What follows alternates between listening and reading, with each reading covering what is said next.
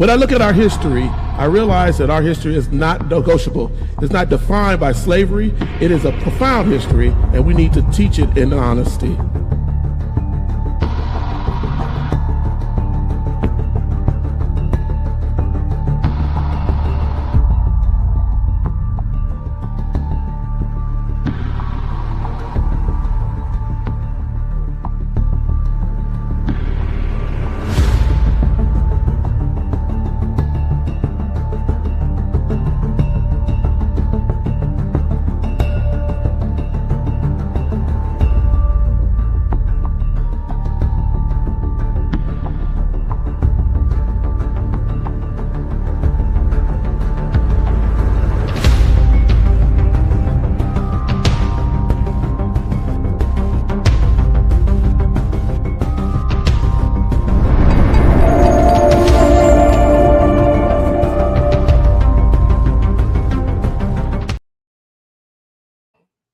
Good evening, everyone. Good evening. Welcome to the Erudition Network. I want to get right into this. Tonight, we're going to continue with, I believe, one of the deepest historical and system studies we've ever done on Erudition. And I am very happy in the way that it was received. We had at least about 2.7K people who have watched the long form episode, and I'm very appreciative of that. We had a lot of people who responded to a lot of the shorts. You know, last week we examined the pattern of the sellout, right? The internal validator, the person or the institution that a lot of times helps to stabilize harmful things within the Black community. And I told you all there was no way to get through all of that with part one. Tonight, we're going to go deeper because the discussion is no longer, as I keep stressing and as I stressed last week, it's not about the individual. It's about the structure. It's about the system. It's about how these systems adapt across generations, how they affect people across generations. And it's also about whether America is quietly, I say quietly, but in a lot of places, openly returning to patterns many people thought were buried. Many people thought were gone. Many people thought were done 60 years ago. We're going to examine, because there's no way we can't, the modern Supreme Court voting decisions. We're going to examine Southern redistricting battles. We're going to talk about, as we talked about a little bit last week, that whole idea of race-blind, race-neutral political language. We're going to talk about how the media plays into that. You know, how it conditions us through Hollywood, through television, through our online media. And then we can't leave out the religious alignment, right? And how that affects us. Because there are internal validators. There are issues that can come from migration pressures that happened in the early 1900s all the way into the 1970s. And we're returning to a time that forced people to migrate like that. We're going to talk about legitimacy, the erosion of legitimacy of governmental agencies like the Supreme Court, like our local, state, and local government. And then most things that most people don't talk about, the psychological fragmentation, the psychological ramifications that happen across real time and affect the generations before and are affecting us now. We try to do things here differently on Erudition. So we approach things historically, psychologically, politically, economically, philosophically, et cetera, et cetera, et cetera. And we do that so you can systematically and systemically understand how things work, how they play into you. So you're not focusing on just the player in the history, but the actual system that created or made a necessity of that player. So before we begin, let me tell you, share, subscribe, follow, click the bell for notifications, support the network, because long form historical system analysis like this is incredibly rare, and it is not often done freely. in the modern media environment in the modern age. We do not do surface level commentary here. This is not a talking head. We study patterns. We look at history, structures, individuals, incentives, and most importantly, consequences. And we do that so you can better understand how things happen. And tonight, we have a lot to cover. So I want to get into that because the real question is no longer rather there are players in the game, but how the systems evolve. And the question is whether populations recognize those systems of evolution and know how to counter them before the consequences become so dire that they can't recover from them. Again, my name is Eddie Phillips of the Erudition Network, and we're going to go ahead and get into this because this is what we do. Now, before we move into anything, last week I started modernly. Last week when we started, I talked to you all at a modern started that way. But we're going to kind of go back, right? We're going to go back. I try to avoid slavery sometimes as a first talking point, but tonight we got to go there. Because before we move into Reconstruction, before we move into Jim Crow, before we move into the current courts, politics, and anything else, we have to stop and ask a deeper question. If these patterns continue appearing throughout American history, then where did the system first learn, or the system's creators first learn how to operate and create it that way? When was the first learning done that control does not always require chains? Because, you know, we went through the period of locking you up and putting you in chains and keeping you. But when did people discover that fear alone and beating you is expensive, costly? You can lose people die. But internalized structures can sustain itself for generations. It can grow, it can amalgamate, it can change, right? It can evolve. And that's where I want to begin. We have to begin with that and look at slavery, not as a mythology, not as an internet slogan, not as a talking point, not as an emotional shorthand, not as any of that, but as a fully understood, engineered system that got us to where we are today.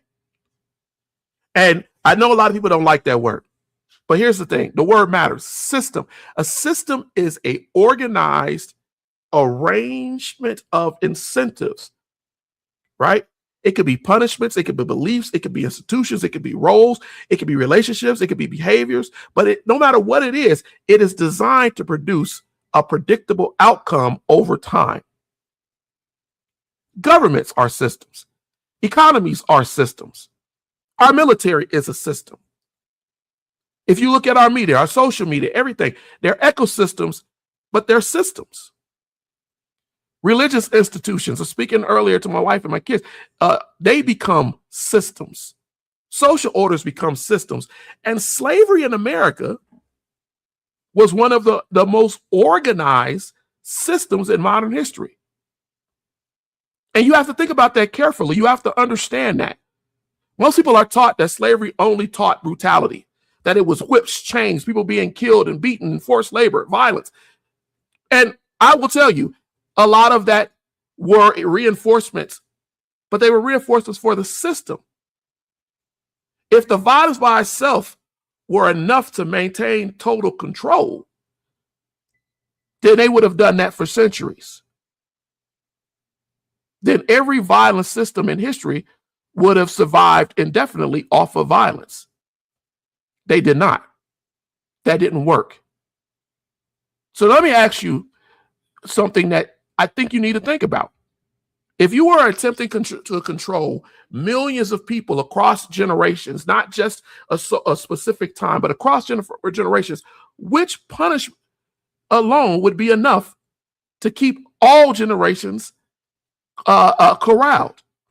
Could you constantly monitor everybody forever? Could you constantly chain and beat and hurt people forever? Could violence by itself sustain labor, obedience, production, limitation, hierarchy? Could you keep a social order for centuries just by beating the hell out of people? Or would you eventually have to create an internal structure that made the system regulate itself more efficiently? Would you have to do something different? Because that's exactly what happened. And that is where people often oversimplify or overlook slavery completely. Slavery was not only labor exploitation, it was psychology, it was economics, it was hierarchy, it was a conditioning through religion, it was information control, it was bodily control, it was behavior management, it was social engineering. And it's still operating.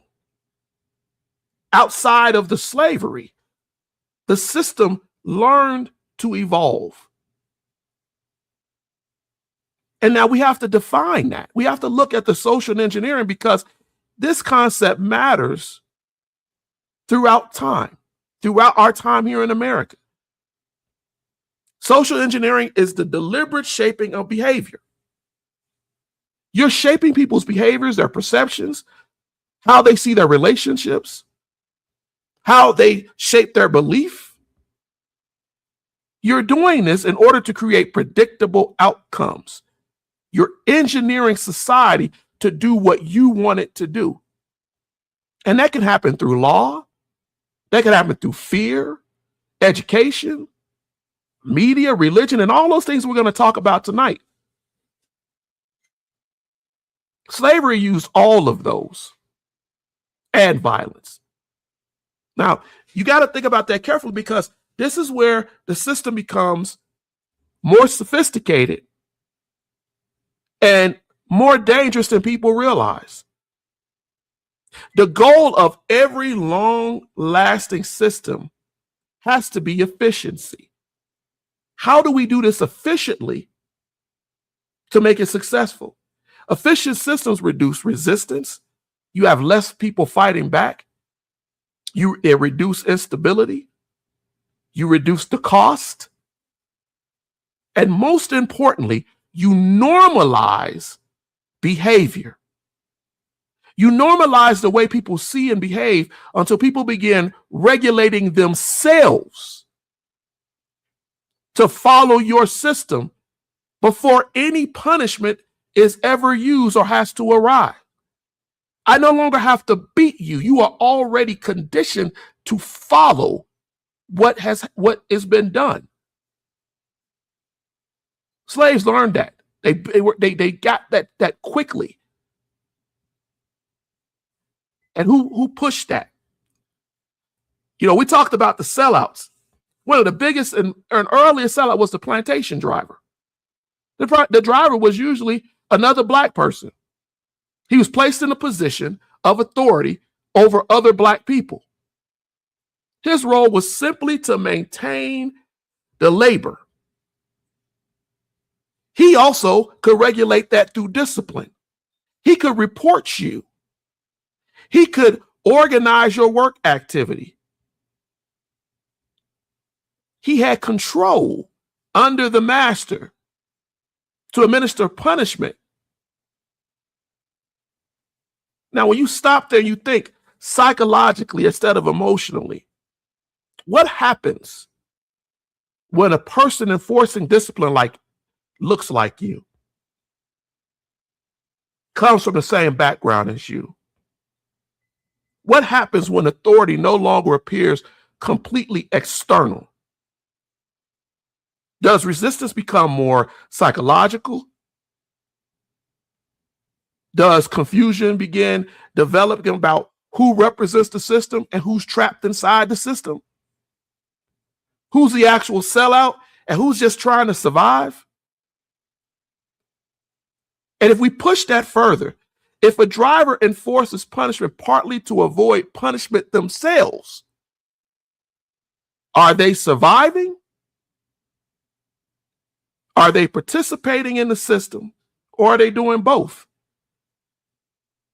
Because if refusal could result in a beating, torture, and them receiving the same horrible things done to them, then what exactly does choice look like inside that environment? And I want to make this very clear to you. I'm not apologizing for the sellout. I'm not saying that that's permissible, but you have to look at it more deeply. Because, see, history becomes more easy to judge when we make things seem so simple. It's not simple. What would you do if resistance endangered your wife, your child? What would you do if silence bought your family one more week of safety or prevented them from being killed? What would you do if every available option other than that meant suffering? And I understand those are not comfortable questions, but these are how systems are built inside of uncomfortable realities. This is how sellouts become sellouts. This is how people start to follow a system, as I said earlier, without being told. And that's why we have to define another critical term: coercion. Coercion is pressure. Coercion is pushing someone through threat, intimidation, dependency, or whatever, and finding their vulnerability. And under coercive systems, human beings are not operating under free conditions. And that matters because participation without context can be distorted. And this is one of the most important things people fail to understand when we start talking about sellouts, systems that push us into what we're seeing right now. Systems do not require everybody to believe in them equally. They only require enough people to adapt behaviorally. That matters. Once behavior adapts under repeated pressure, the system begins learning something very important. It learns that the force can eventually become selective instead of constant. Let me say that again. We can select when we use the police. We can select when we beat the hell out of you. We don't have to do that all the time. We have people now who are going to tell you how to follow, what to do. And if you don't listen to them, we're going to put enough pressure that you will start to understand, I can't do this. I shouldn't do this. If I speak up, this is dangerous. The plantation driver was not simply an individual woe. It is a systemic lesson. The system learned that internal enforcement could reduce the need for external enforcement. The orchestrators of the system learned that fear could be distributed downwards. They learned that hierarchy inside the controlled population could stabilize labor. It could weaken people's ability to join together. So then there was less resistance. Hierarchy is important because hierarchy is a ranking system that gives different people different levels of status. And America is built on that. People have authority, privilege, access, protection. We talked about that last week. Hierarchies exist in everything: government, politics, military, corporations, schools, religious organizations, social groups. But under slavery, it was mastered because hierarchy became a mechanism for division and how to maintain behavior. Because once rank exists inside an oppressed population, once we give people celebrity status and you see them as a leader, the population, some of them will follow that, no matter how wrong it is. And then they are no longer one unified body. You no longer have to worry about all of them rebelling. The different incentives that are given to the people who are seen, are pushed as leaders, shape different behaviors. If one enslaved person receives slightly better treatment, slightly better clothing, slightly better food, if they are treated better because they're slightly closer to the proximity of the master, they live in the house, it changes them emotionally over time. They no longer see the solidarity with the people who are the field blacks. Survival becomes increasingly individualized. And that's what the original idea of slavery did, and why we had to talk about that. Because see, once status enters a system, it reduces trust. Small distinctions shape your identity, your reality. Small rewards produce emotional investments in maintaining positions inside the structure. People start to believe, no matter what I do, if I tell on him, I'm going to get something from master. I'm going to be treated differently. We see it today. We see it today. And people reduce the discussion of slavery to internet arguments and surface level rhetoric and talk about how slavery is no longer here. But the deeper issue is structural and psychological.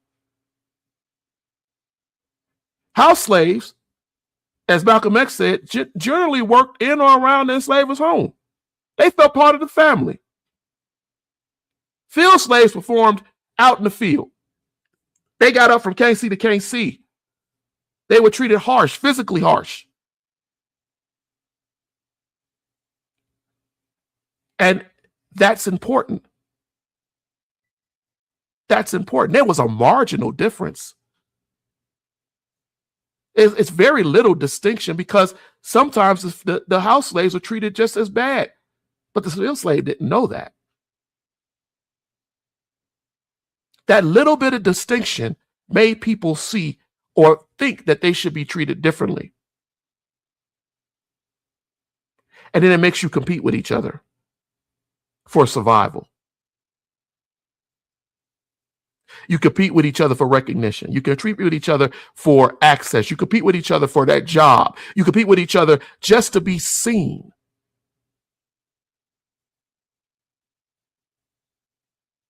And then there's an incentive structure. An incentive structure is a system of rewards and punishments, and they're only used to shape human behavior and thought. If you perceive someone was rewarded and someone was abused, it shapes the way you think. Employers use this. Schools use this. Churches use this. That's how social systems are used. Incentives, right? Rewarded obedience in slavery, discouraged rebellion, told people that you are more acceptable. And then discipline or abuse showed that people were not acceptable. And that shapes your behavior. I always hear people say, I could have resisted. I would have fought. I'm not my ancestors. You see these shirts. But systems rarely operate through obvious moral choices. Systems create environments where survival itself becomes psychologically exhausting. The Milgram experiment exposed that, when people were shocking other folks while they had pressure on them that was exhausting their moral compass. If a person is rewarded every time they comply and punished every time they resist, that is conditioning. It shapes your behavior. Psychologists know this. Psychiatrists know this. It affects you emotionally. What happens neurologically? What happens socially to you? Does resistance become easier over time? No. Does adaptation begin feeling normal? No. You become conditioned to follow what seems to be easier to deal with. And once that adaptation becomes normalized, what begins happening to you culturally is you no longer even think about it.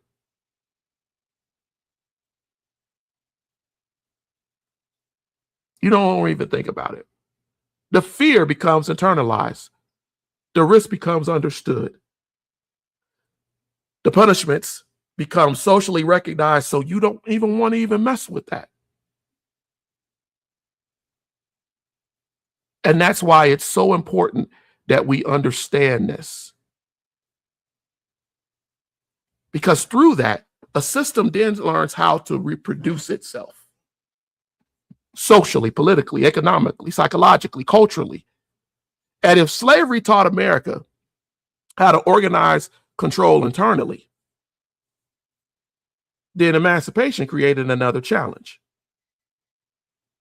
What happened when the people once controlled are now being considered citizens, are now part of society? What happens when they're no longer legal property? They are citizens, they are voting, they are building schools, they are building communities, they are entering politics, they are acquiring land, they are becoming people and no longer chattel property. And once formerly enslaved people began gaining political representation, citizenship, and rights, the system had to evolve. It had to make a decision. Does it truly redistribute power, or does it reorganize control? What should we do? How do we adapt? That is what the system had to consider. And that's why we get to where we are. The psychology of it is very deep, because you have to look at how it played on minds. We talked earlier about hierarchy. Hierarchy matters, incentive matters. But even within those same oppressive environments, human beings do not all respond in the same way. We all think differently. Some resist openly. Some survive quietly. Some comply outwardly while resisting internally. The angry older Black man. Some adapt strategically. Some become protectors within their communities. Some become informants. Some become sellouts. Some become so disassociated that they begin defending the very harmful structures around them. And this is the effect of how migration and evolution of these systems work. What does one person resist while another goes along with it? Because that's not simply a historical or even a psychological question. We can place it like that. Psychology is a study of thought, emotion, perception, adaptation, how we mentally process things. But understand, governments study all of this. They study psyops. The military uses psyops, psychological studies and operations. Religious institutions, those who created some of these religious groups you're in, they understood psychology. Media companies thrive on trying to understand the psychology of their clients and the people who invest in them. Advertisers use it constantly. Why? Because any long-standing system eventually studies how human beings behave under pressure. Because once a study understands your fear, your idea of a reward, your identity as survival behavior. Remember what I told you earlier? Control becomes stable, but most important, it becomes efficient. If a child, a Black child, grows up in an environment where fear is constant, where survival is always under threat. I asked you all this over the last couple of weeks. What happens psychologically to that child over time? What happens? Oh, we have a question. Let me see. What are you saying here? But comparing enslavement to today's reality isn't an equal analysis. Nope. And you're about to find that out. But I'm glad you said that. I'm glad you said that. Stay with me. I'll get you there. The thing is, we have to understand that these systems they didn't happen in a vacuum. Hundreds of years, multiple countries, multiple nations, people growing up in that constant fear I was just talking about. How does it affect them over time, over generations? If punishment becomes predictable, does the nervous system begin adapting to it? Yes. If speaking openly creates danger, does caution begin sounding wise? Yes. And if entire communities repeatedly experience danger tied to racial violence, tied to some form of behavior or thinking, what begins happening socially across those generations as we go forward in generations? Because that's where systems move beyond change, as I said, into conditioning. And that is what we're talking about. Conditioning is a process through which repeated experiences shape how you see things. Human beings, me, you, everyone, we're conditioned constantly. That's why if you see a cop, no matter if you're speeding or not, you slow down. A child repeatedly prays for certain behavior, often repeats it. A person repeatedly harmed in certain environments learns caution about those environments. If you touch a hot stove, you learn, I'm not going to touch that again. Communities also develop conditioned responses over time. I talked to you all for the last couple of weeks about that, how you travel, where you go, how you live.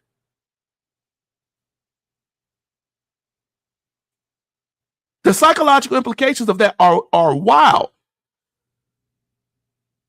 And what happens to a parent trying to keep a child alive under those conditions, trying to keep their family alive under those conditions? What happens to a community attempting to survive another month, another year, some period of time with the constant possibility of violence? What happens to leadership when visible resistance repeatedly produces collective punishment?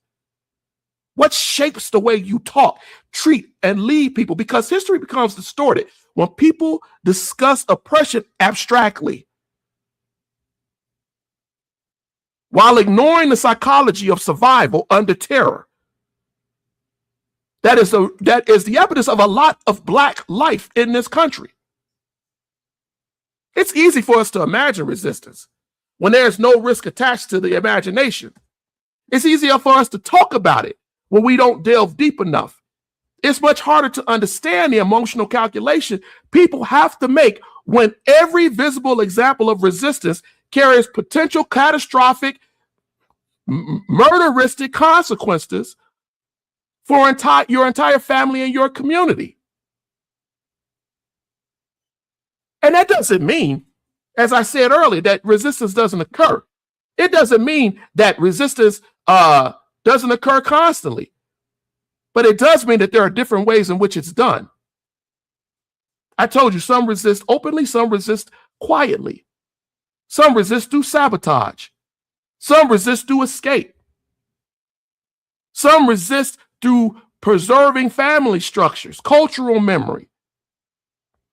But understanding resistance and the levels and how people do it fully requires understanding the conditions that made that happen. And why is that important? Because systems learn from behavior. The American racist political system has learned from behavior. And once systems learn that fear or how they or behavior can be affected, they learn how to manipulate us. And I want you to understand that. And considering even the comment that was just made, I want you to understand that. Right? Because that's probably one of the most important ideas that I want you guys to understand in this second part. Once punishment becomes socially understood, human beings adjusting behavior preemptively. They go and they do things without you even telling them. I see the whole Lyndon Johnson quote passed around, but Carter G. Woodson said it too. The way you talk to people changes. The way you intone to people changes. Eye contact changes. Movement changes. Trust changes. How you have relationships with people change. How you have relationships with your family changes. Your community changes. And what is this called? This is called survival adaptation. And that's when human beings alter behavior in order simply to survive. And I told you all this last week. Because sometimes these adaptations preserve life. Not just your mortal life, your community life, your work life, your family life. Sometimes they preserve stability in your family. Sometimes they reduce suffering. But over long periods of time, repeated adaptation also reshapes emotional responses. It shapes how we lead and how we behave. And over generations, repeatedly learn that this sort of behavior is normal. They are affected by it. Fear doesn't remain individualized. It's socially transmitted. Social behaviors start to sound like moral correction simply because they're repeated over time. Don't look a white man in the eye. Step off of the sidewalk when they come down the street.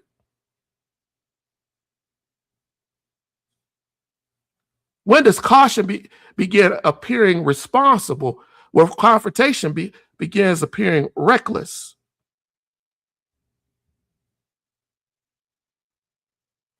These things are normalized. They're systemically normalized. And they're internalized. Internalization occurs when outside expectations, fears, beliefs, and pressures, they become psychologically absorbed. They become a part of your thinking, a part of who you are. That's where we are. Because our perceptions have been shaped.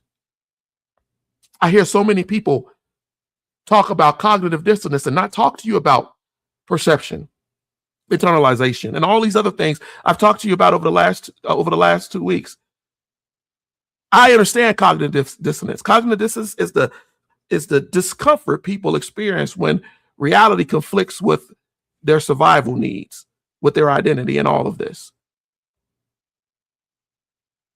But the thing about that is human beings naturally attempt to reduce that discomfort. And that's when these other things play into it. If someone depends on a harmful structure for safety, for survival, for status, for employment or recognition, you know it's racist, you know it's wrong. But you have to be there in order to survive. What happens to your mind when you're a cop that knows that they're abusing people in the Black community? What happens when you recognize that injustice? Do you immediately resist openly? Or do you just begin rationalizing aspects of the system because you want to be able to continue to work that job and feed your family and take care of the people you care about? That's the complexity. And people defend these structures. They tell themselves. But here's one thing that we need to understand.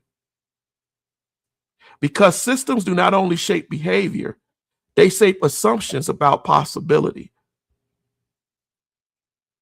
That's important and it's dangerous. Children learn from watching adults who operate that way. Communities learn by observing outcomes. Entire populations reshape the way they look at politics, media, religion, and everything based on that. And that social modeling, which is the process through which people learn behavior by observing what happens to others. Kids do it all the time. If resistance constantly produces harm or instability, they don't see the benefit of resisting. They start to see what people get promoted, what people get platforms, what people get labeled dangerous, what people get voices that gain acceptance. And they learn from that, and then they mock and they model that. Now, you say, well, why do we go into all of this? I say that because this is where systems become far more sophisticated than most people initially recognize. Systems influence your fear, trust, behavior formation, your possibility, if you let it.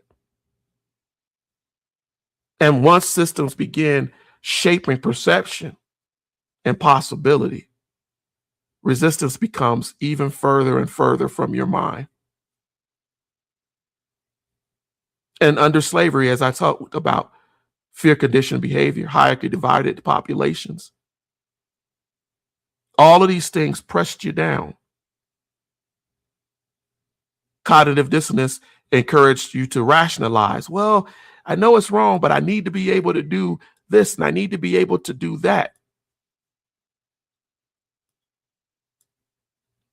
All that matters because once systems understand all of that, they can recreate themselves. They can evolve. Leadership language becomes adapting politically. They tell you, you have to learn how to adapt. Institutions start rewarding you for doing predictable things. Our families and communities start transmitting caution culturally. This matters because even though slavery ended, America did not simply face a labor question. It faced a political question. What happens when millions of formerly enslaved people begin entering democracy? How do we adjust to that? And that's when the mental aspect, the psychological aspect becomes very important. Because you don't need chains. You don't no longer need it.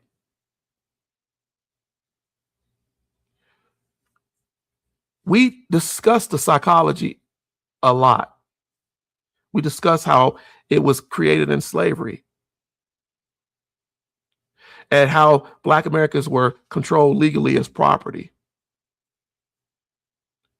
But now we got to ask something else.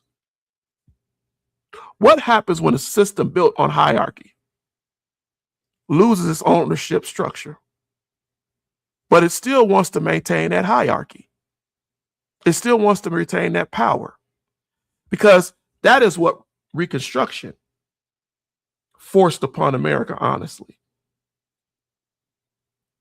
Reconstruction forced that on America, and America couldn't deal with it.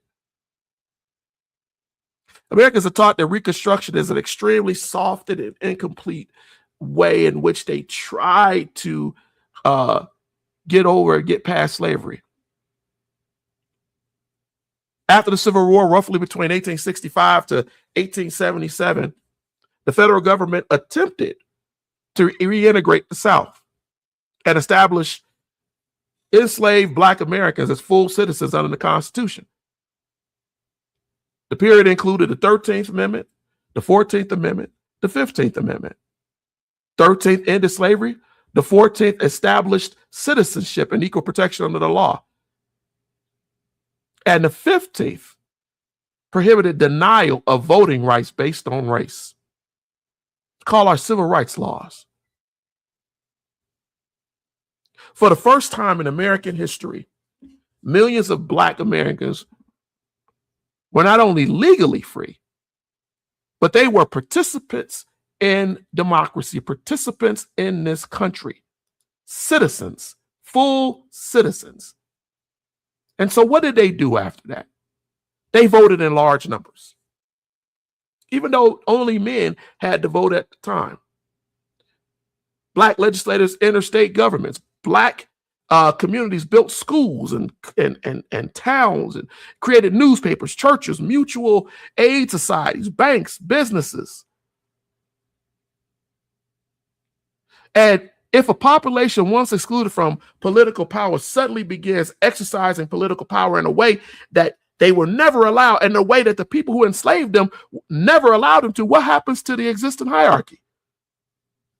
Does that structure simply adjust peacefully? Or do those groups that benefited from the old system begin reorganizing? Do they start trying to adapt politically, economically, legally, institutionally? Because they want to preserve their influence. I say all this because the collapse of Reconstruction was not natural. It was dismantled. After the Civil War, federal troops remained in parts of the South to enforce Reconstruction laws and protect Black political participation, while white supremacist organizations like the Ku Klux Klan, the White League, the Red Shirts, right? They used coordinated violence, assassinations. They lynched people. They ran intimidation campaigns. They barred people out of certain towns. They had economic retaliation. They stopped and suppressed Black voting throughout the South. Now, that's political terrorism. That's political terrorism. And we could define that by our own definition. Fear, intimidation, violence, threat, murder. And if you think about what that means structurally, if voting places your family in danger, how free is political participation? How free is it for you to vote, to exist legally? And that's one of the most important lessons in American political history. Is the Black formerly enslaved and what was done to them? Because see, rights on paper and rights in practice aren't the same thing. And that distinction matters enormously because systems often evolve from direct exclusion into managed participation. Who's allowed to participate? Instead of openly saying certain groups cannot participate, systems will often, right, redesign institutions so participation becomes weakened, fragmented, bureaucratical, risky, dangerous, psychologically exhausting. All those things I said earlier, and the things we're seeing right now. Because see, that pattern never fully disappeared.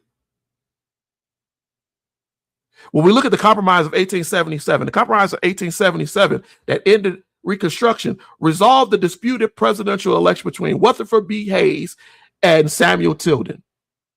That's history. In exchange for political agreement at the federal level, federal troops, it was agreed that federal troops would be withdrawn from the South. That withdrawal effectively ended meaningful federal enforcement of Reconstruction policies and protections for Black Americans. And when you stop and think about that carefully, the implications of that decision were horrible.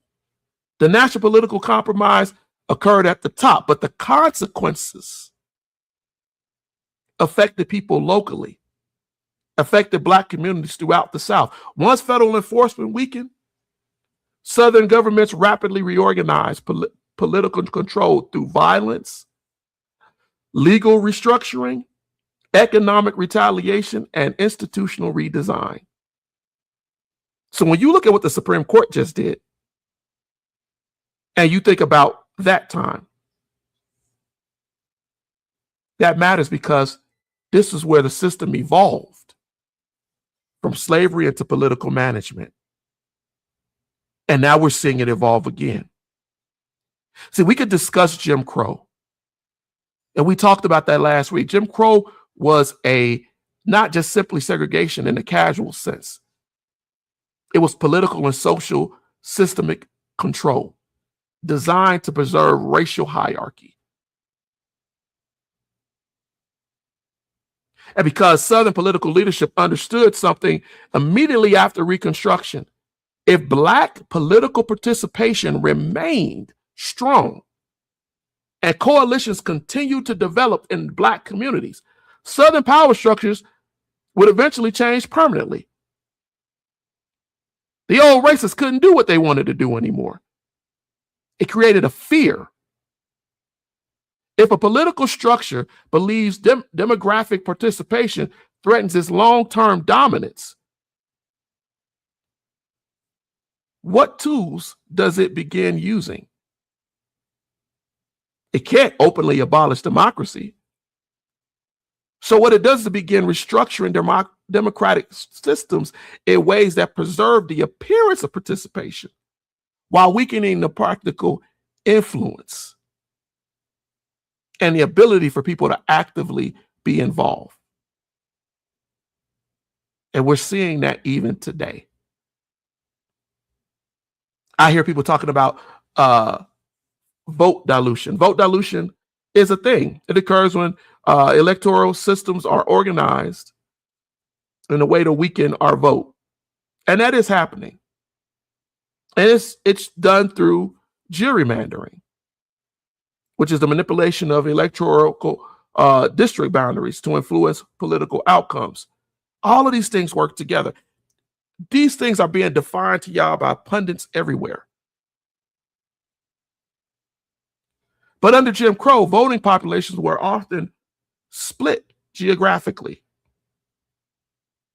packed unnaturally in isolated districts so their votes wouldn't matter. Sound familiar? Or fragmented across multiple majority white districts specifically to reduce their influence. And see, the goal wasn't always preventing voting directly. The goal was to weaken the representation itself. So when people are out here telling you that what was just done is give you this neutral language, it's a lie. It's a lie. Because what good is the formal right to vote if the practical power of your vote itself is marginalized? That's where the two, and the reason I'm bringing this up, it's unavoidable. We have to look at it.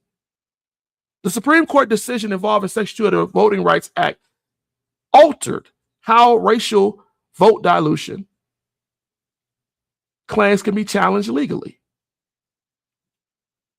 Section 2 was one of the primary enforcement mechanisms that could be used to challenge discriminatory, voting systems and racial districts being manipulated. And they stripped it. They stripped it. Section 2 prohibited voting practices or procedures that discriminate on the basis of race, color, and minority status. Section 2 was not only about whether someone could be physically cast, someone could physically cast their ballot or could physically go someplace to cast their ballot. It also addressed whether the electoral system was diluted or weakened structurally. And that's an important distinction because that's what it's done. That's what it has done. And this is where people frequently fail to recognize how systems evolve historically. See, in Jim Crow, you could openly state your fight and your racism. Today, the language is usually procedural, administrative, neutral. It's carefully looked at to avoid the look of being racial. But if the language becomes neutral, but the structural outcomes remain racist against the same population that it has historically oppressed, what's exactly changed? Does the system become less significant because the rhetoric and the words you use become more bureaucratic, become more neutral? No. That matters because it still is used to harm. After the recent Supreme Court decision weakened aspects of the federal voting protections, a bunch of these states move rapidly to defend, preserve, withdraw. I wrote these words down: defend, preserve, withdraw, redraw, or implement district maps that are disproportionately weakening Black political influence and look shockingly like the maps that were in place after Reconstruction. States like Alabama, Louisiana, Texas, Georgia, Florida, Mississippi, where people died. These are major battleground states. Quickly went and disproportionately weakened Black votes. Why the urgency? Because systems often reveal priorities through immediacy. Representation is power. Districts determine legislative influence. Legislative influence determines policy. Policy determines economics, education, healthcare, infrastructure. Who gets voted in? Who doesn't get voted in? That affects your schools, your policing, your environmental policies, your economic development. That's why they move so quickly. And that's why they didn't care if you saw them move quickly. And then what happens economically if large populations increasingly feel politically alienated? What happens when they feel like their voice isn't heard?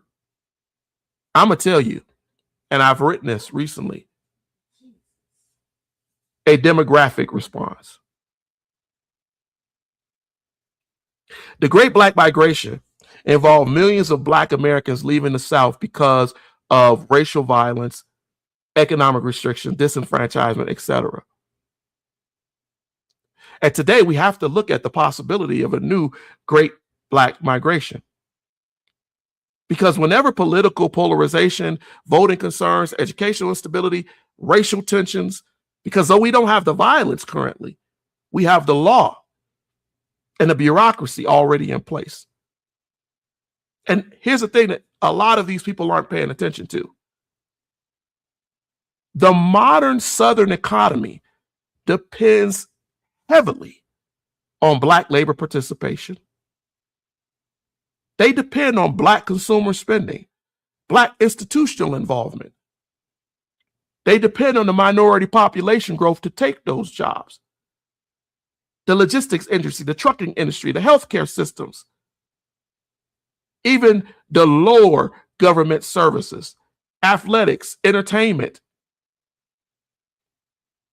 All of those things the South depends on.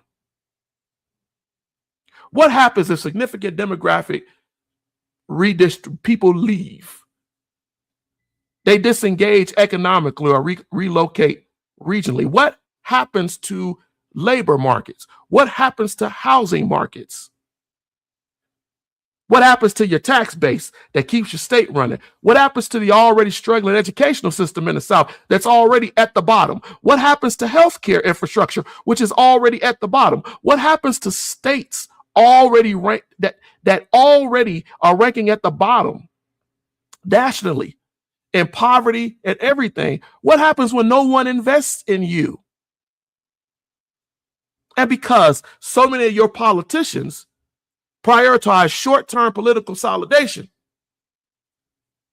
and never look at the long-term structural consequences. This happened during the first Black migration. When Blacks left to go north, a lot of the Southerners told them, good, get out of here. until nobody was working their fields, nobody was working their shops, when nobody was doing those jobs. Then they start begging for them to come back. Then they start asking for say, well, the good ones can stay. Those good ones, we don't do nothing to the good ones.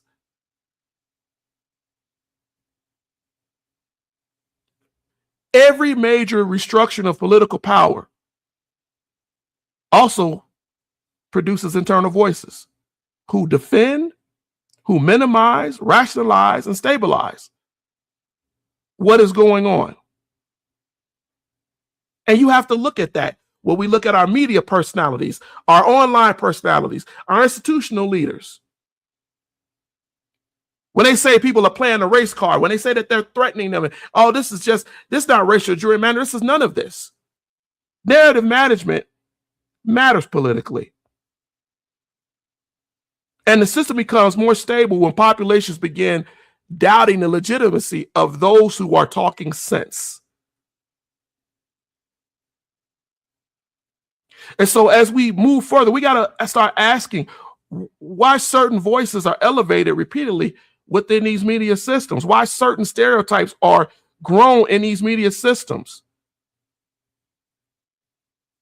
So when we talk to you about migration, when we say, well, you don't have to take that,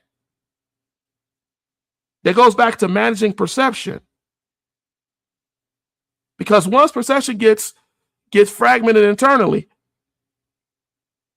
once you start feeling that, this actor, this theoretic, this actor right here, this person who's saying this, they sound right, because I don't really know. Because you're not looking at the broader pattern carefully. There are still drivers. There are still people here who drive us. Under Reconstruction, Black political participation expanded rapidly. I told you that. After Reconstruction, after Blacks helped to rebuild certain places, like even in the Carolinas, Southern systems went in with violence, had coups.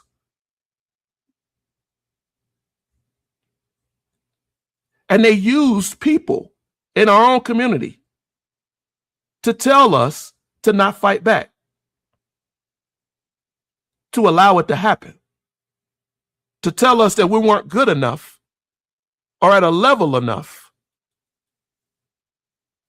to even work with them. The Booker T. Washingtons, get along to get along.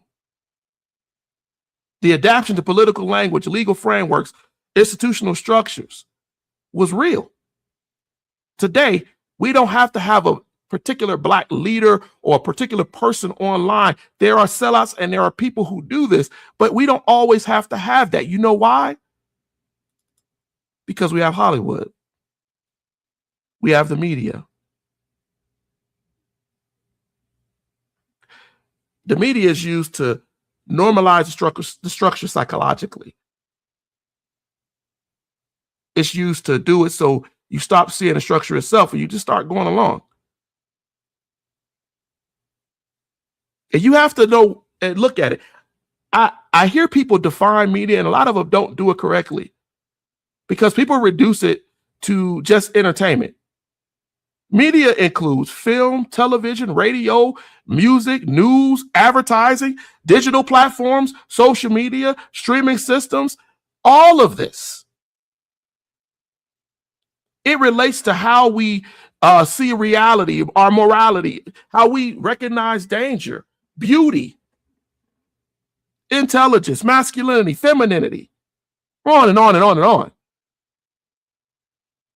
If political systems influence law and institutions and then get into influencing media through individuals and news stations and other avenues, they can reach deeper into your everyday life because we're all attached to our phones.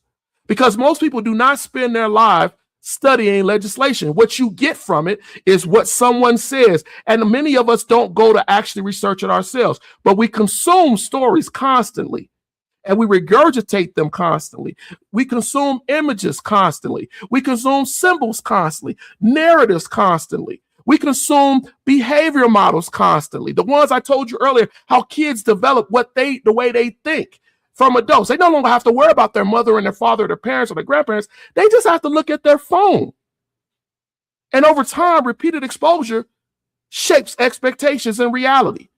That matters because once populations repeatedly associate the same group with the same portrayals, with the same ideas, with the same influence, with the same society interpretations that influence their intelligence, their morality, their competence, their beauty, their humanity, their sexuality.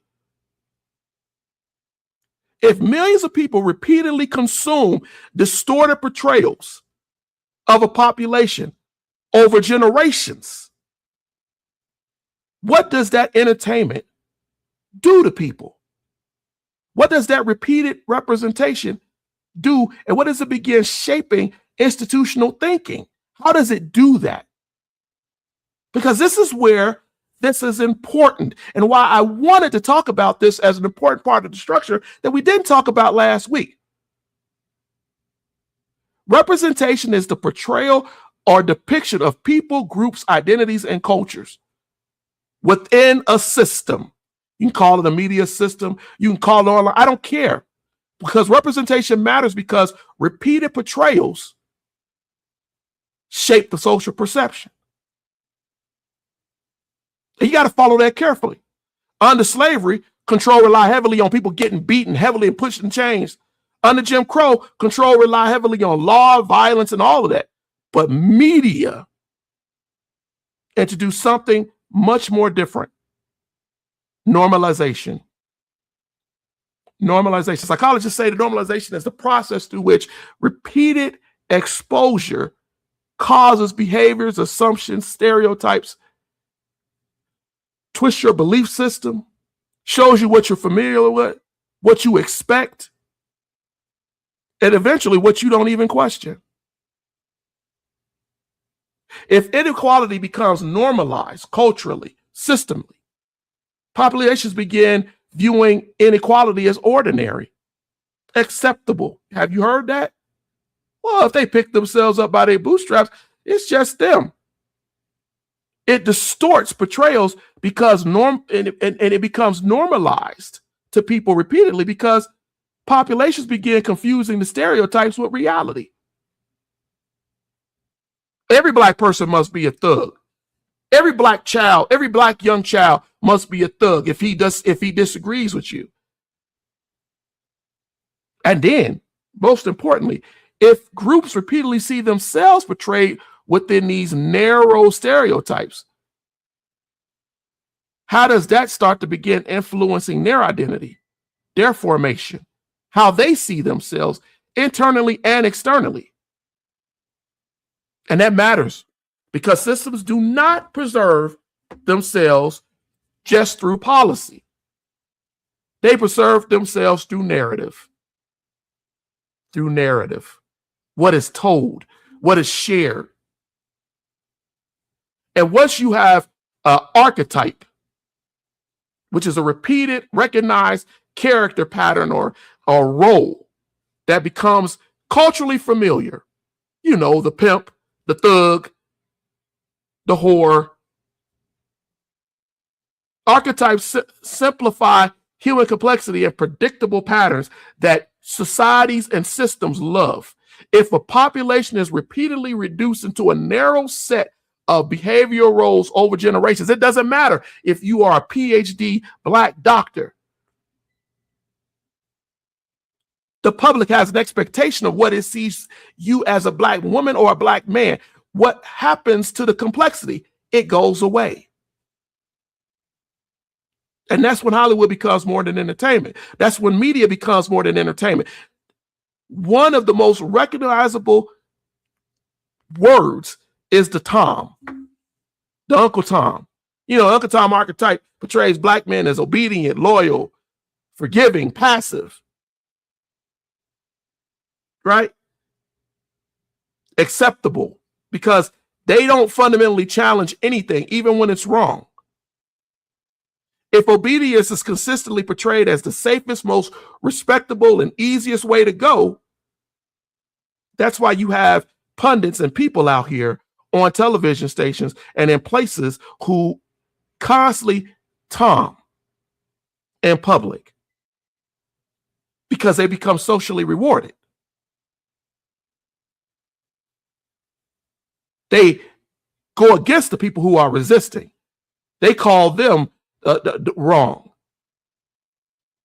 But the tom is just trying to get along so that the system gets along so he can live. And if visibility, success, riches, institutional acceptance, political acceptance, we see that psychology in performers, public figures, politicians, religious leaders. We see it online with the commentators. It's an incentive structure, and we talked about that.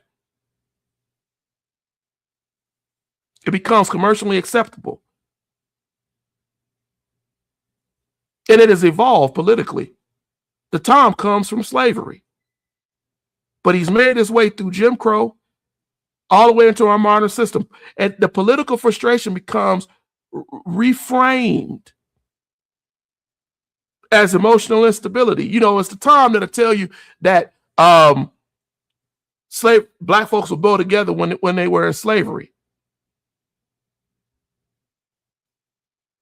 And then it runs to another very unpopular phrase. And not a phrase I use often, but it is a phrase that is historic.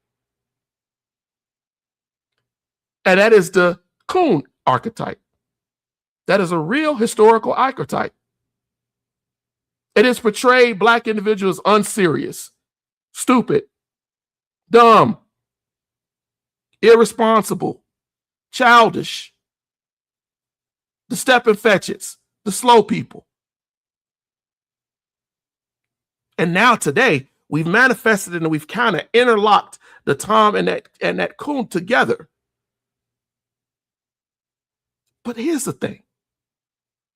Despite all of that, and I told you all that earlier, despite all of these stereotypes, we also have the buck, you know, the hyperly portrayed, over-sexualized, athletic, threatening, emotional. No matter how we use any of these archetypes, right? They're all designed to push the system.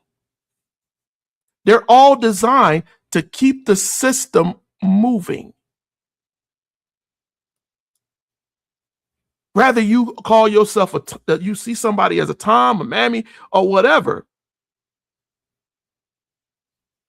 it's designed to push the system. If black masculinity is repeatedly portrayed as dangerous,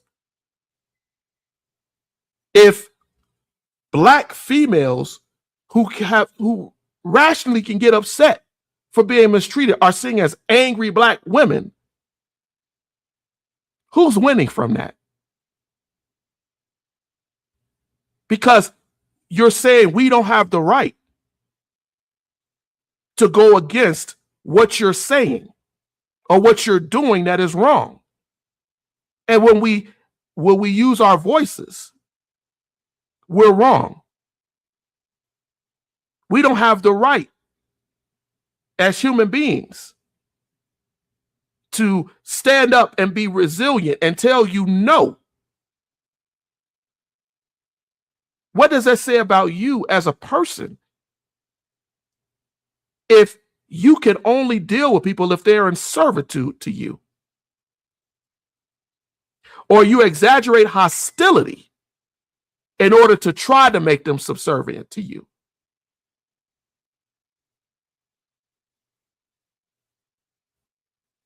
These are real things.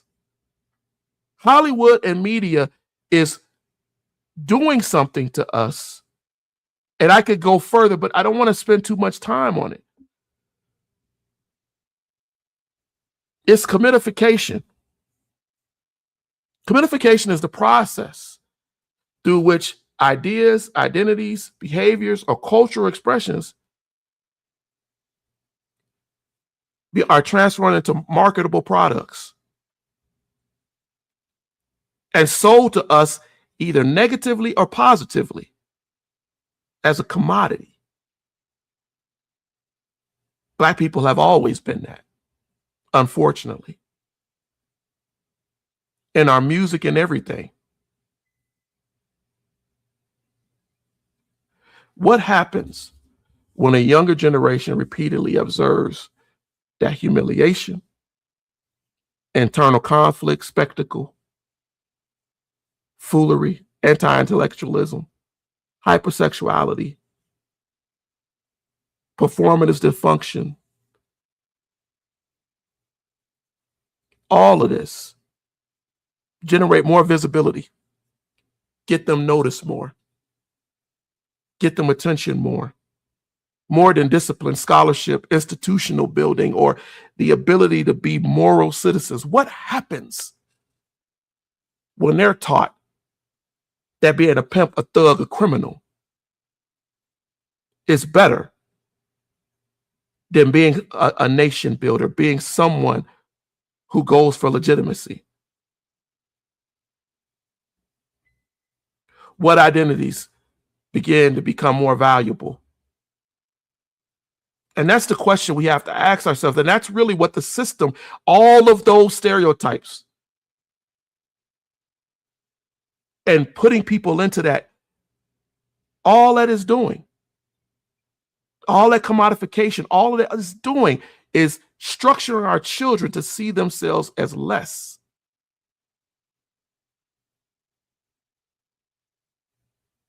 Because see, if you can't ask deeper questions about meaning, morality, obedience, resistance, justice, leadership, righteousness, you're lost. And the system wants you to be lost. It wants you to be lost. We even see that in our theology. Theology is a sensitive topic with a lot of Black people. But before I get off here tonight, we got to go into theology. We got to go into how the church is affecting us too. Religion includes systems of spiritual interpretation, institutional authority, moral instruction, practice, and community identity, and amongst other things. But I'm talking to you about how the original Black church and how folks out of slavery, how they saw it.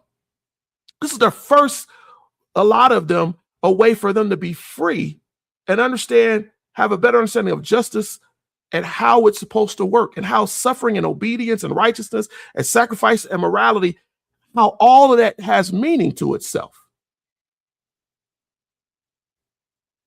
If the government is influencing law and religion influences consciousness, morality, and meaning, and somehow they get entangled with each other, which we're seeing today, then there's a misalignment.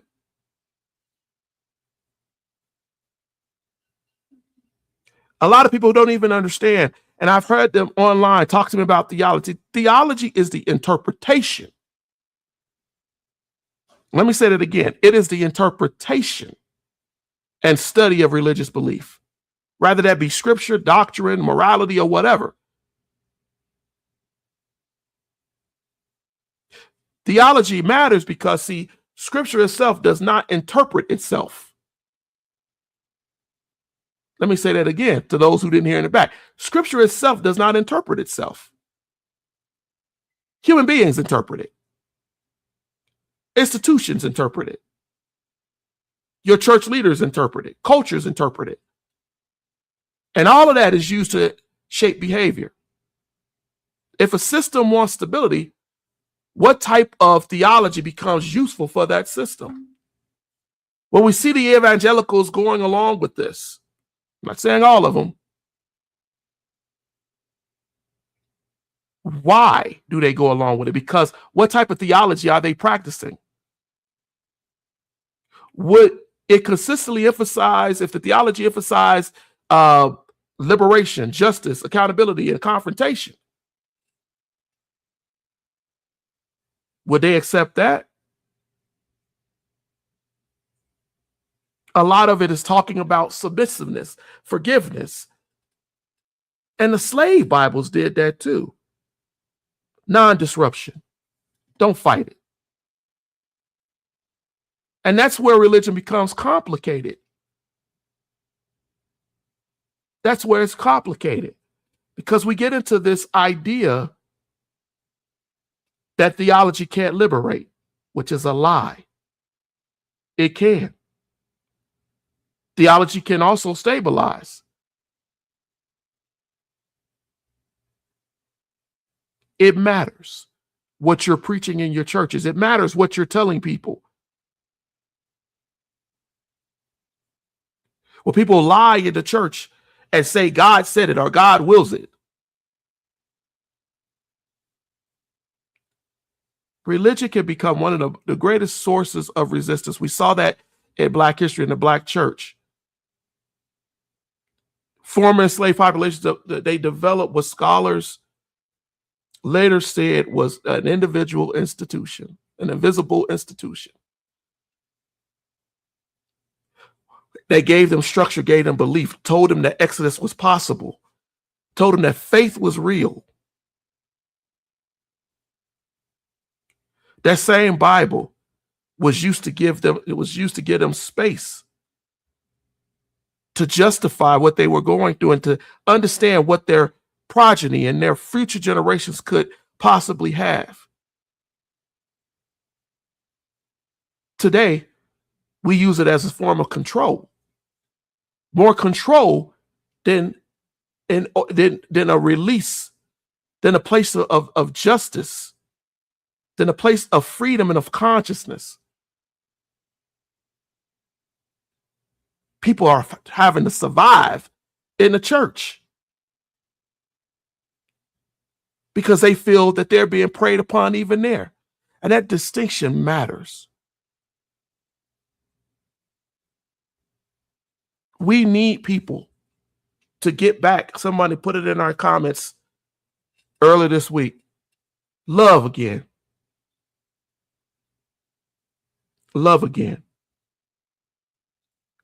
The church gave community protection. The church gave discipline. The church gave freedom. The church allowed people to feel that they had a voice. And now we have people in there who are opportunistic, who are taking more than giving. And why? Because that opportunistic alignment occurs when access, visibility, money, influence, celebrity becomes attainable. And you're willing to sell out anybody in order to get it. I gave you all those alignments before. You won't speak boldly. You won't stand up strategically. You will not see it as a form of freedom. Your theology becomes wrapped in control and not liberation. And that is dangerous. That is dangerous. People tell you just comply more, just behave more, endure more, stay quiet. It's going to all work out by and by. But worship is not that. I'm crying out to God to say, Lord, I need your help. The Bible itself tells you that faith without works is dead. People, the Bible never told you to sit there and allow yourself to be abused. What it told you is that God would fight your battle. But it never told you that there would be no battle. And too often we remove ourselves around from the battle and take on a theology of just endurance.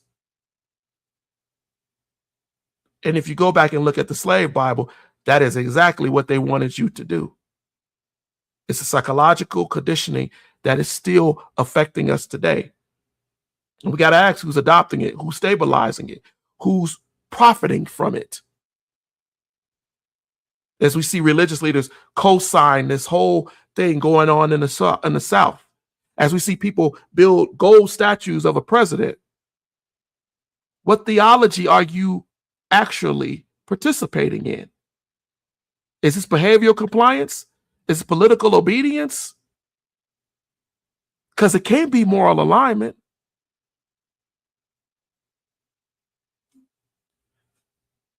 These subjects are deep and they take time. And I hope today, I really hope today, that you got something from it. That you got something from it. Ask questions. Get on here and ask questions. And I promise you, I'm going to give you answers. I'm going to give you the answers best that I can historically. Because we have a lot of internal validators, pundits, and people who like to manage reality. And that's a problem. Because when we define that, someone asked me the other day, what is an internal validator? Well, an internal validator is somebody from within a marginalized or affected population, maybe Black, people of color, whose visibility, their authority, their legitimacy is accepted. It's used intentionally, right? To reinforce, soften, normalize, legitimize, legalize, or defend systems that people know are harming folks. The internal validator does not always see themselves as harmful too, because remember I told you they're ideologues. Some of them generally believe that they're helping. They believe that they're promoting discipline. They believe that they're encouraging responsibility. You probably got somebody coming to your mind as you're looking, as I'm saying this. They believe that they're protecting stability. A lot of them are operating as some warped form of survival. Some of them are pushing disinformation as a strategy. Some of them are opportunistic. Some of them are operating out of fear of ever going back to where they came from. And those distinctions matter. Because see, those internal validators are valuable to these systems. And I want to close tonight on that. They legitimize the oppression that is placed on people. They are the people that tell you the system is fair. They are the people that tell you racism is exaggerated. They are the people who are just telling you that, it's not all that. That's an excuse. Those are the ones that tell you that voting suppression and voting dilation are all emotional. It's not real. The ones who get on television and tell you that DEI is the real discrimination. The folks who sit in the court, right, and tell you that affirmative action was wrong. Structural analysis is divisive. Though, my other favorite, it's all about personal behavior. And see what happens when psychologically, when these populations are repeatedly receiving these structural things from these folks, for familiar voices from inside their own community. Some people are going to listen to it. What happens when people begin hearing the system explain back to them through personalities who they like or who look like them, come from the same places they came from, worship like them, identify with them? That's how the system becomes efficient, as I told you earlier. You start to defend inequality openly. You start to say it's not that bad. That's when race-neutral framing comes into place. in policies and laws like we're seeing now, because it's excused by those folks, right?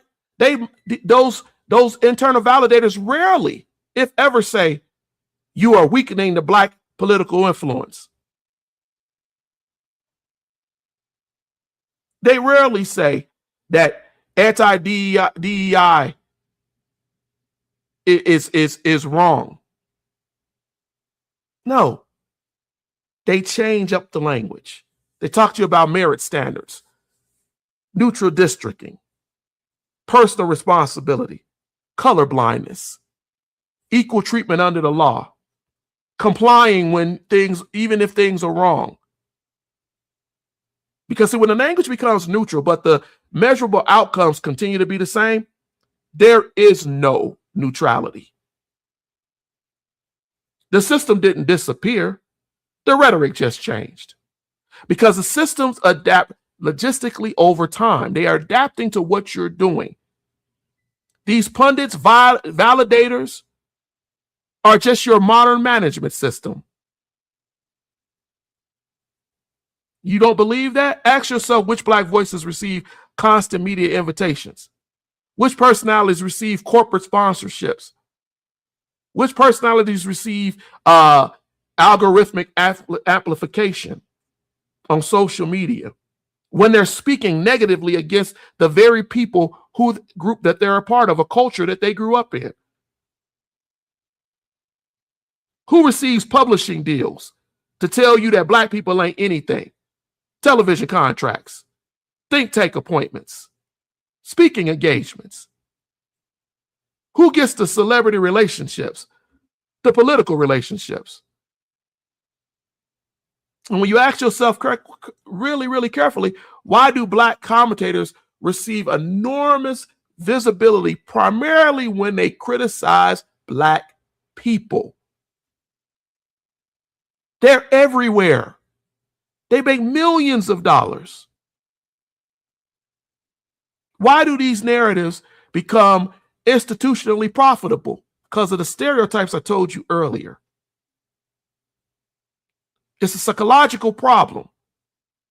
It's a performance ideology. It's a cognitive adaptation that allows them to gradually adjust their beliefs, identity, and moral reasoning and a perception in a way that aligns with those who are incentivizing them. When they receive those applause, they escalate. They become even more regressive and negative towards the very culture that they're attacking. More importantly, they reshape consciousness. And that's what's happening. That proximity to power changes their perspective psychologically, and then they in turn try to change yours. I wanted to close with that. I wanted to touch on that just a little bit. There's so much to touch on. But I wanted you to understand that there is a psychological part of that. I try not to go beyond an hour and a half. So I'm going to close. But everything we talked about, everything that we talked about from slavery to Jim Crow to Reconstruction, all of that, to erosion of legitimacy, touching on these things that are going on, to Hollywood normalizing these things, media normalizing these things, understanding that these systems are a fight over perception itself, a fight over legitimacy itself, and how it shapes our reality. Modern systems rarely announce themselves openly. They don't do that anymore. They speak through their procedure, through their bureaucracy, through their media framing, through their institutional language. They speak through the algorithms.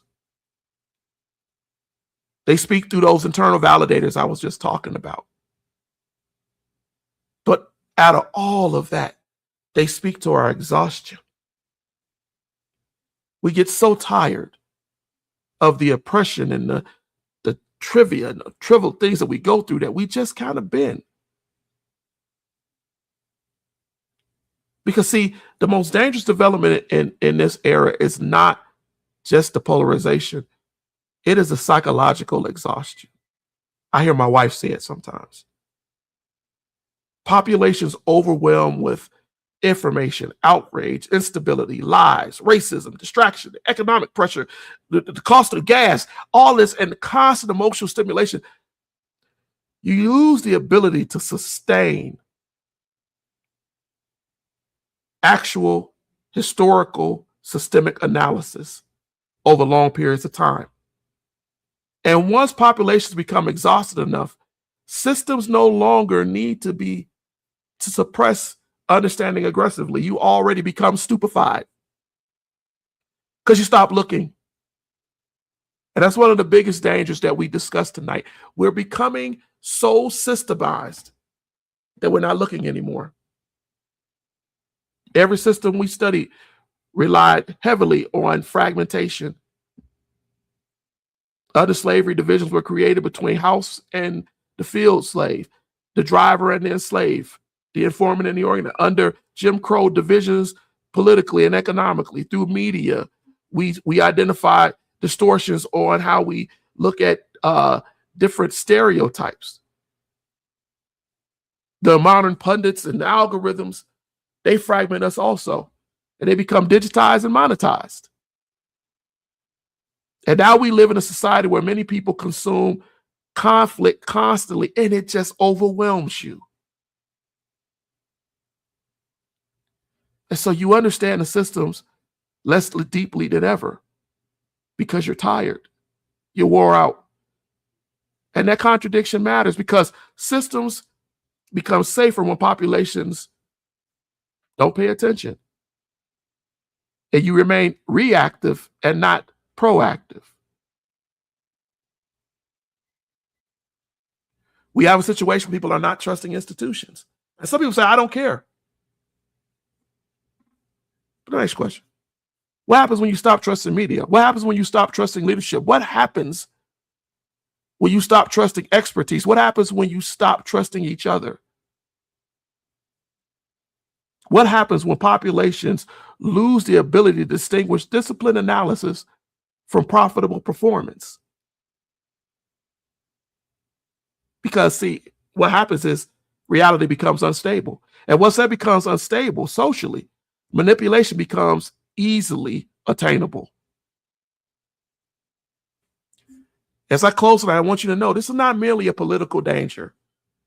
This is not a civilizational danger. This is our collective danger. If democratic legitimacy continues to weaken, if representation continues to be diluted, if historical literacy continues to falter, if outrage continues to replace organization and debate and structure to grow, if algorithms continue rewarding fragmentation and hierarchy, if institutions continue prioritizing stability over justice, and if populations continue withdrawing psychologically, emotionally, economically, politically, and geographically from one, then the United States is going to be completely unstable. Unlike anything in any of other time. And we're not psychologically prepared for it. History warns us what happens to societies that lose shared trust. They dissolve. They kill each other. The economy instability grows. Political extremism grows. Violence grows. Murder grows. Conspiracy grows. Democratic participation declines. The rich get richer, the poor get poorer. That is the warning of these last two episodes. And we need to be mature enough to say it clearly because many people still believe democracies collapse only through military coups and dramatic revolutions. But history shows something more complicated. Democracies can also erode because of distrust, fragmentation, hierarchy, exhaustion, manipulated practices, manipulated perception, weakened legitimacy. amongst others. That process is already started. And then suddenly it's gone. What happens when a country becomes more emotionally connected to outrage than to understanding? That's where we are. What happens when the systems become more sophisticated while citizens become less intelligent and less historically and systemically disciplined?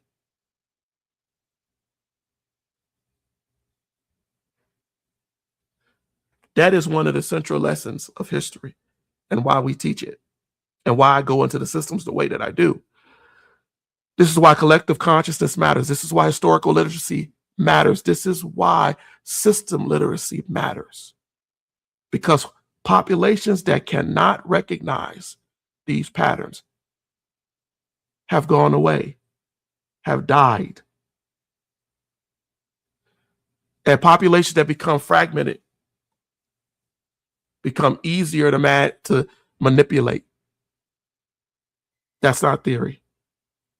History shows it repeatedly. I'm going to get out of here. And I want you all to study. I want you to have an obligation to study. I want you to have an obligation to think critically. I want you to have an obligation to protect your memory, your family memory, to build institutions, to understand what it means to be disciplined. I want you to have that obligation to avoid becoming so emotionally exhausted that we surrender our ability to analyze these things effectively that we've done over the last 2 weeks. Because once we lose that,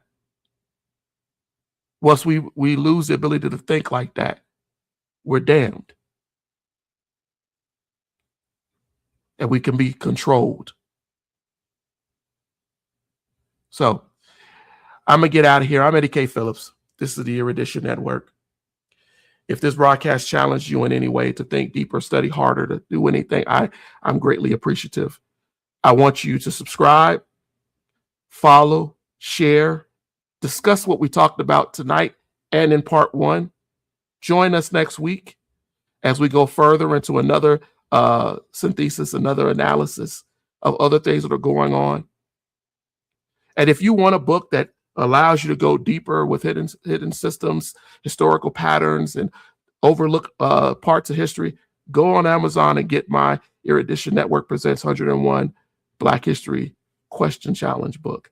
Still on sale, still there. It's a digital book that'll allow you to play game night with your family, ask questions in real time. Go get that. Because see, understanding history is not merely about the past. It's about recognizing what may be forming around us before it fully materializes. I thank you for being with us tonight. I thank you for joining us. Again, I hope you got something. If you're watching this as a recording, please leave questions. I try to answer all of your questions. I hope to see you all next week. You all be blessed. Thank you for your time. There'll be a brief advertisement after this. You guys be blessed.